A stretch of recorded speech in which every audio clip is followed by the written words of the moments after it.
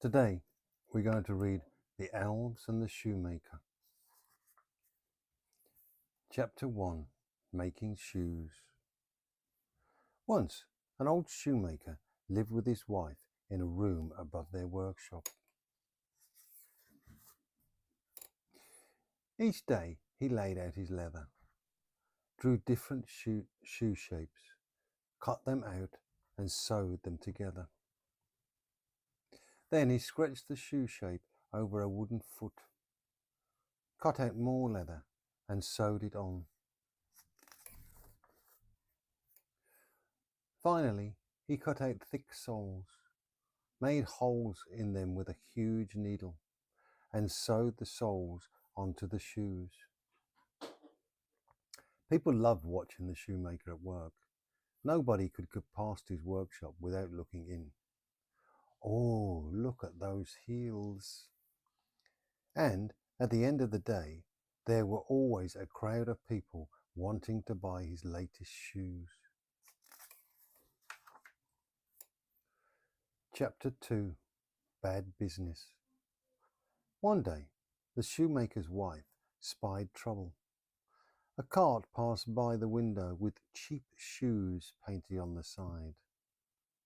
At first, she kept quiet. She didn't want to worry her husband. But slowly, the crowd outside the workshop became smaller and smaller. Where is everyone? I think you should look outside, dear. A crafty shoe seller had set up a table at the end of their street. His shoes were badly sewn, with poor leather, but he sold them at a bargain price. Buy your cheap shoes here. This is terrible, said the shoemaker. He's putting me out of business. And his shoes are awful, said the shoemaker's wife. But the local people were delighted. Now they could buy 2 pairs of shoes for the price of 1. Each day, the cheap shoe seller arrived with a new load of shoes. How can he make them so quickly, wondered the shoemaker. He must have lots of people working for him. Chapter 3, The Last Pair of Shoes. The next few months were miserable for the shoemaker and his wife. With very little business, they were running out of money. Soon the shoemaker could only afford enough leather to make 1 more pair of shoes. I'm ruined. He cut out the shoe shapes and laid them on his work table. Then he yawned. I'm too tired to sew these today, he sighed. Early next morning, he went downstairs and stopped in amazement. Am I still dreaming? He asked his wife. How? What? Who? There, on his work table, stood a perfect pair of shoes. Someone had neatly sewn up his pieces of leather. What's more, they had sewn shiny buckles on the front. The shoemaker was baffled.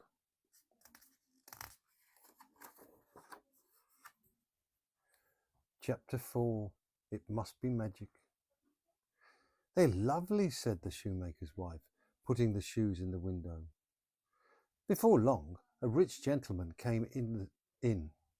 These shoes are just what I'm looking for, he cried. They're much better than the cheap pair down the road, and he paid for the shoes with a solid gold coin. Keep the change. Now the shoemaker could buy enough leather to make 2 pairs of shoes. As he cut them out, he saw how late it was. I'll finish them tomorrow, he thought. But by the morning, the job was already done.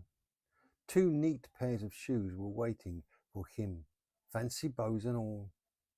I'd never have thought of adding bows. That day, the puzzled shoemaker had 2 more happy customers. Aren't they gorgeous? Now he had enough money to buy leather for 4 pairs of shoes. After cutting out the leather, the shoemaker locked up and went to bed. The next morning he couldn't believe his luck. On the table stood 4 perfect pairs of shoes. "It must be magic," he cried. "Are you sure you locked the door?" And so it went on. The more leather the shoemaker cut, the more shoes he found in the morning. Chapter 5. The Two Rivals. This is the life. Within weeks, business was booming. The shoemaker had plenty of money and very little to do. He was a happy man. The cheap shoe seller was not so happy. He had angry customers to deal with. "My shoes broke after 3 days. I want my money back." And word had spread about his awful shoes.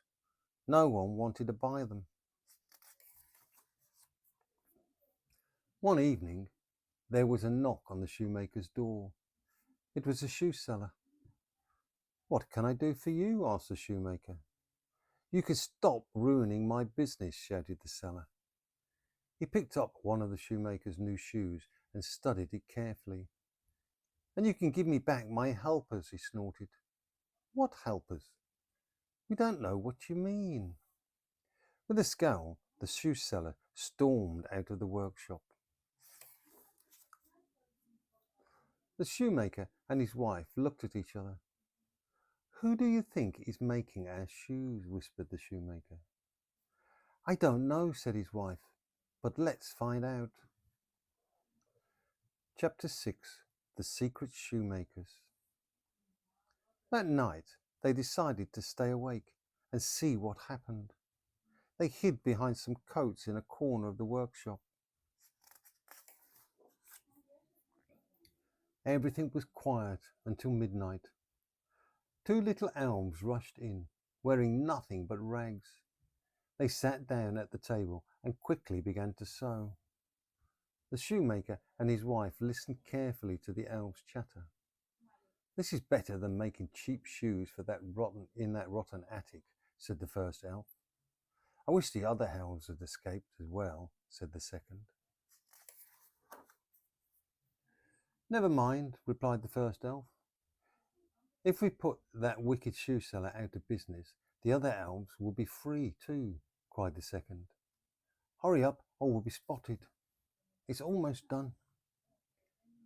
Race you down the street. As the sun began to rise, they finished the last shoe and disappeared through the door. The shoemaker and his wife were astonished. "I think I'm going crazy," said the shoemaker. "Were those really elves? That's incredible." His wife nodded. "And it sounds like that shoe seller is forcing other elves to work for him," she said. "No wonder he can make so many shoes." Chapter 7. Revenge. Over breakfast the next day, the shoemaker and his wife discussed how they could help the elves. By 10 o'clock, there was already a room full of people wanting to buy the shoemaker's new shoes. "If we keep selling these lovely shoes," said his wife, "the shoe seller will go bust." By midday, they had sold 30 pairs. They were eating lunch when they heard the sound of a cart. The cheap shoe seller was leaving early, and a mob of angry customers were hopping after him, shaking their fists and pelting him with broken shoes. "There goes the cheat, and he won't dare come back." The shoemaker and his wife breathed a sigh of relief. "How can we ever thank our 2 helpers?" wondered the shoemaker. "Let's make them some proper clothes," said his wife. Chapter 8. The Elves Escape. All day, the shoemaker's wife worked at a sewing machine, making little suits for the elves. The shoemaker made 2 tiny pairs of shoes. That night, instead of leaving leather shapes on the table, the shoemaker left 2 piles of clothes. Then he and his wife hid behind the coats again and waited for the elves to arrive. Wow, these must be for us. I've never worn shoes before. The elves were delighted with their new outfits. They scrambled into them and danced round the room.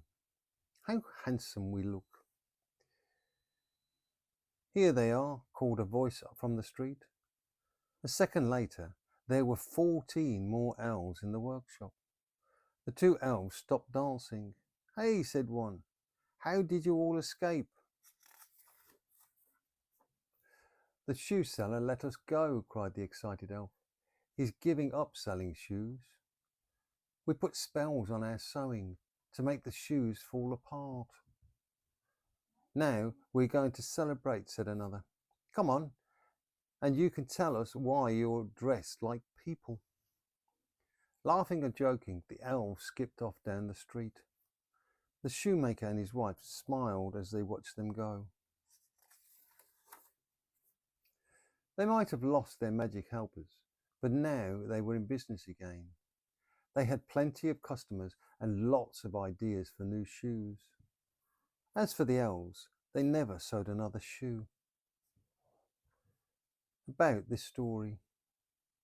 The Elves and the Shoemaker was first written down by two brothers, Jacob and William Grimm.